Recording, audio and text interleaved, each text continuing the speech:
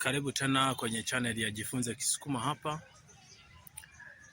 Najua ni muda mrefu umepita, darasa halijaendelea, na ni kwa sababu ya mifungo ya Ramadhani. Niliona nitawachosha sana kwenye mfungo, watu wanahesabu vyungu, halafu nawaletea masomo ya lugha ya Kisukuma. Nikaona sio vyema, tusubiri Ramadhani ipite, na kweli imepita inshallah. Basi leo kama nilivyokuahidi kwamba nitakuletea somo la jinsi ya kutambulisha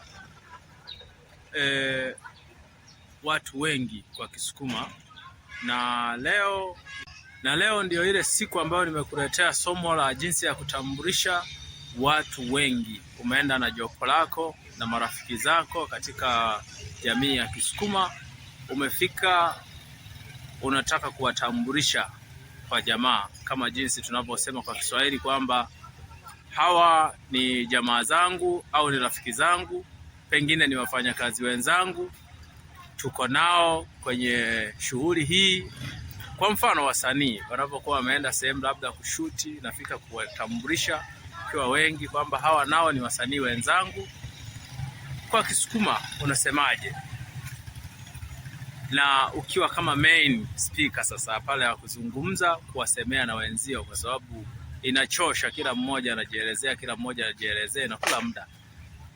Kwa Kisukuma unasema kama ifuatavyo: aba. Hilo neno lazima litumike kwa sababu linawakilisha hawa. Bichane maana yake ni wenzangu.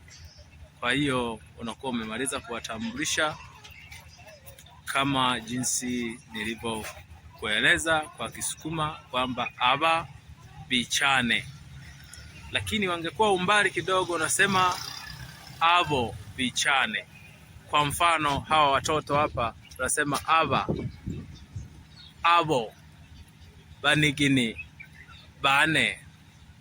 Kwa hiyo hapo unakuwa umeshatambulisha wengi kwa pamoja bila kuwataja mmoja mmoja kwamba aba banigini bane. Like na kushare, lakini pia usisahau comment kuniambia ni neno gani ambalo unataka ulifahamu kwa Kisukuma.